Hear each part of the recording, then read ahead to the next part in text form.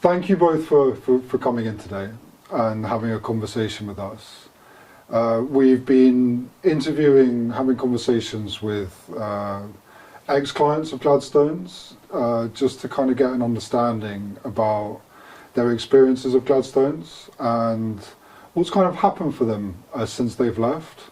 To anybody that's listening, to any family member, to anyone that has a loved one that isn't quite sure what treatment is, residential treatment is, or isn't quite sure about the different types of support that's available for a person once they leave treatment. We're trying to kind of speak with you guys to get an understanding about your own personal experiences. So I'd like to start, if it's okay with you, once treatment has concluded and you've done the residential treatment, what happens next?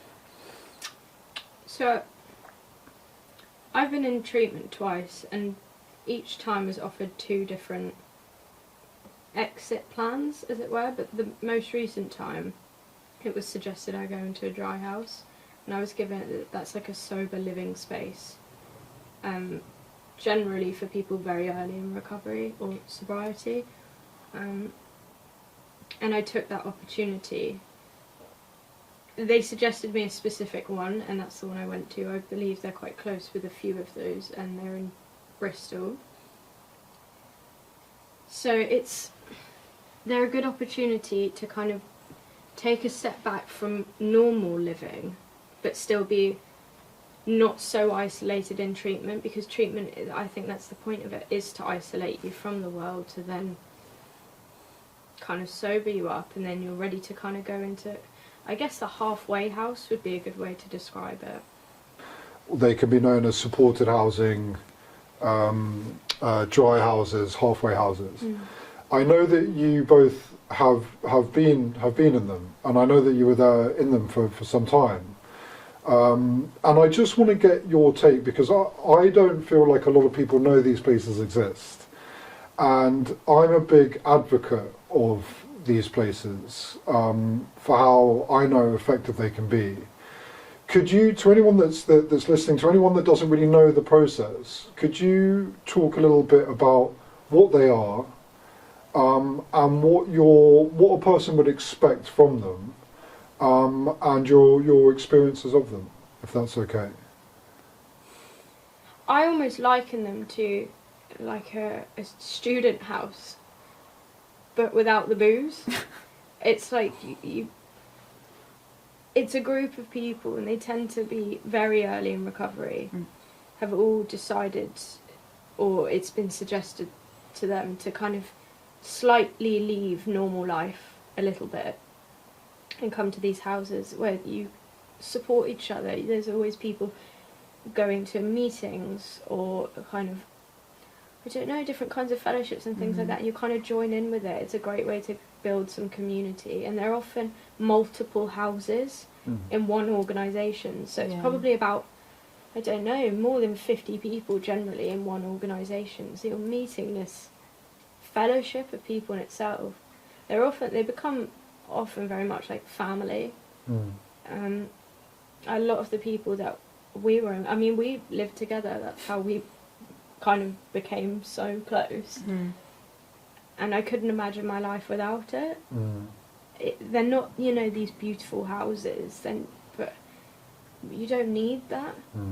You need a pillow to lie on at night, a place to make some food, and a place to sit and talk to people, to stay safe. That's the thing. I think these homes keep people safe. And also, it's a bit of an incentive to carry on. Usually they have a kind of one-strike policy of, if you drink or relapse in these homes, you're out. They may let you back in with some sobriety later on, but it is incentive, because that's your home then. You've got kind of, if I was in my own flat, there's no one to stop me doing what I want to do. There's no one to kick me out. There's no one to kind of push me to get to meetings, to do what I need to do. But I would have only known about, the people that told me about these dry houses were other former clients coming here for aftercare, coming from dry houses, telling me to join when I left. But you also don't have to go to rehab in order to No, go you to can dry go- houses. You can access them from Yeah. wherever. I've recommended them to people, you know, on the street, and they often are to, you know, people who have found themselves homeless because of their addiction. This is a place for them to go, and it's more than emergency accommodation. It is a home. You can stay there for. I've known people live there for years if you need to.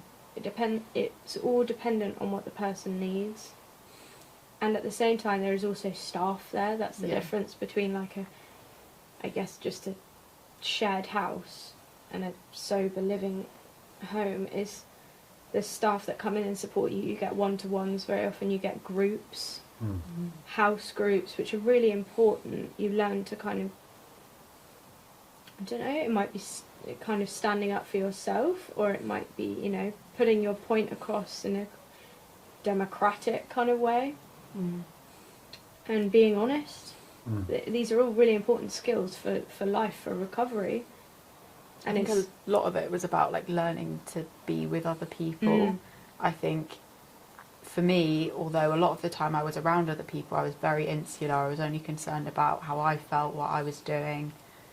And, you know, in dry houses, one of the best things is that, you know, when you go to make your coffee in the morning, there's someone there who completely understands. And if your brain's being a bit funny, and, you know, quite a lot of the time I used to wake up in the morning and just be like, oh God, I wanted to have a drink.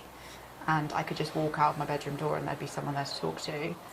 And, you know can be quite difficult and stubborn, particularly in the early days. And I think, you know, learning how to just be around other people, and, you know, we don't all get on. It's not, that's not life. I think, I learned how, if I have an issue with someone, how to handle it in a way that was respectful to all of us. And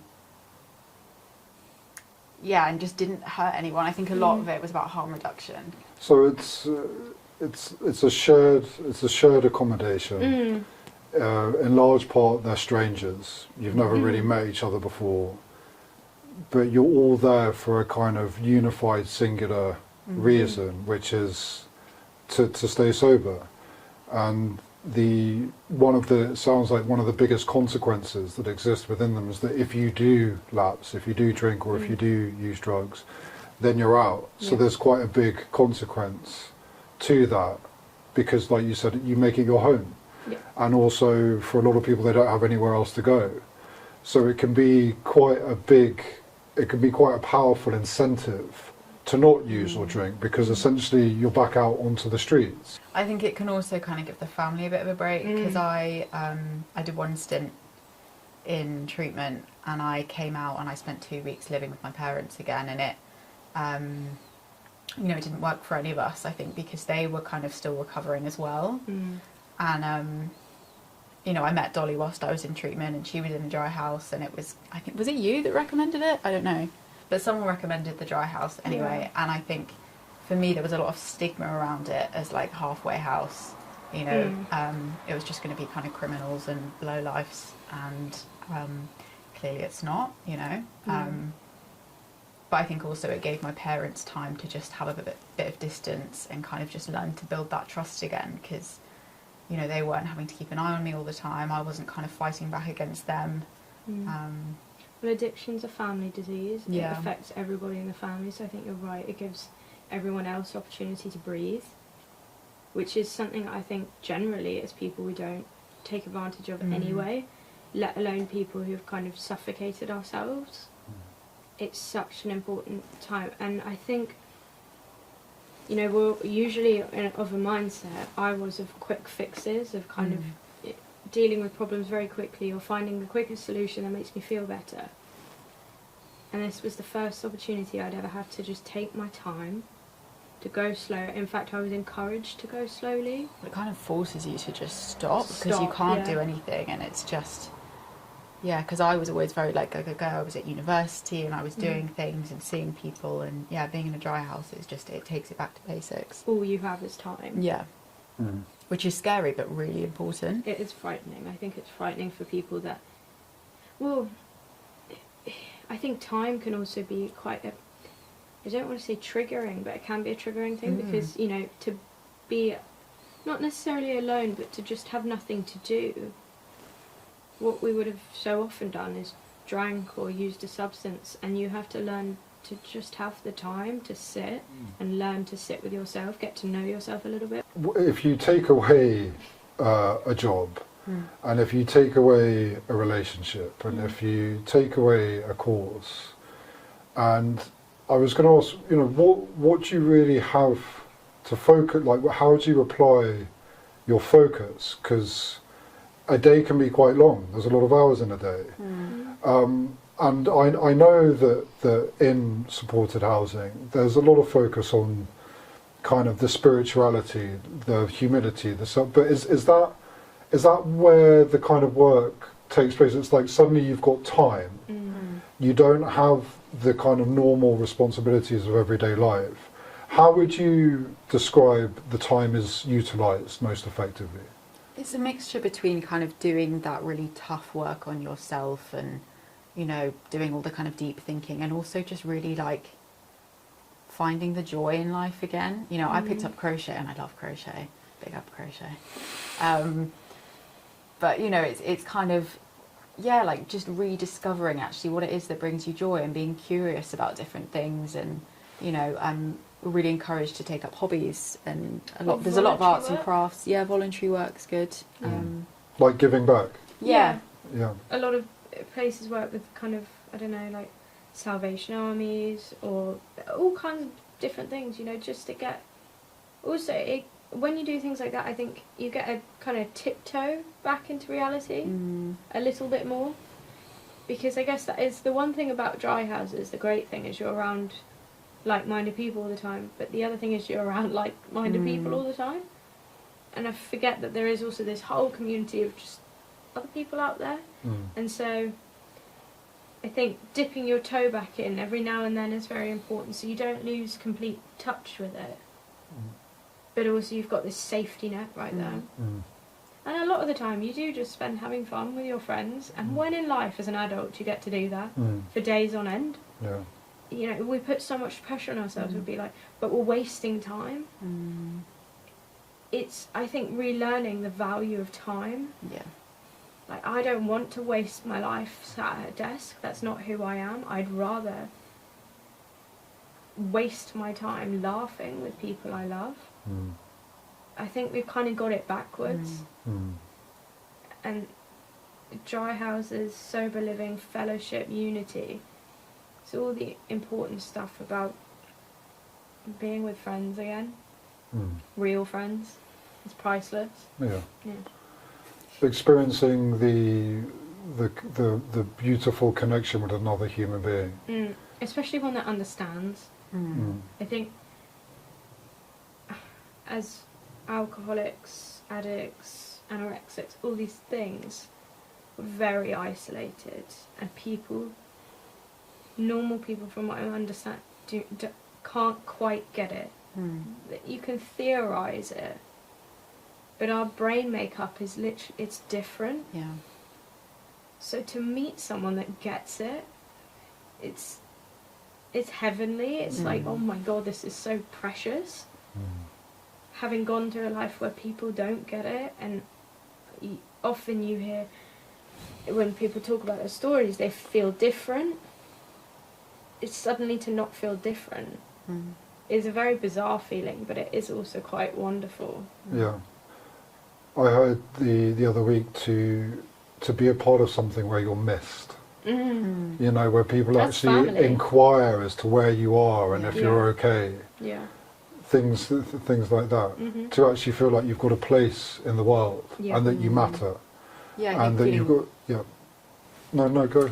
Just, I think feeling valued is really important. Yeah. Like, I think a lot of people who come into recovery, like I know I was one of them, had such cripplingly low self-esteem. You know, any kind of help or love or anything from anyone else just felt horrible. And you know, other people, just like that unconditional love, just like, you know, like you said, when you're in that kind of real depression or you're ill or you're just, people just love you regardless, and they'll just do make you a cup of tea, or ask how you're doing, or they'll do the right thing because they care. Slowly, that kind of, it just builds you up enough to think, actually maybe I am worth that. I am worth a bit of space. Yeah. And I think it's important to mention that a lot of the time, from personal experience and just from speaking to people in different communities, is that the instinct can be to leave treatment and then go back to where you've come from. And I know it's not that simple for lots of people. People have got responsibilities, they've got jobs, they've got families, they've got children, they've got a million and one things they need to be present for, and it's very difficult for them to just pack a bag and go away for a year or 2 years. But a lot of the time, going back to where you've come from can often lead, and often does lead, to the same types of behaviours happening again, and you can often enter the same types of cycles of behaviour that kind of compels you and propels you to getting treatment in the first place. So I just want to emphasise that there's a lot to be said for making what in lots of cases can be a very difficult decision and a very difficult change, but is quite a profound one and quite a necessary one. Do you It's a think? sacrifice, for sure, for a lot of people. You're sacrificing time, but perhaps instead of an investment, might be the better if word. you didn't sacrifice that time, you'd sacrifice a whole lot more time. That's what I in the mean long by it's run. like you are investing, you're losing something now for something a much greater gain. Yeah. I know for so many people, we're both quite lucky in the fact that we haven't got children, or we didn't have a career yet, or anything like that. Everything was able to wait. Yeah. But I don't think we'd have what we have now without that investment, without investing in ourselves. I wouldn't be where I am. Chances are, who knows, but if I'd gone back, I'm a small town in Cornwall, I probably would have done the same thing again. But making that decision, it's a big decision, but to invest time into myself and to do something different, it's changed everything.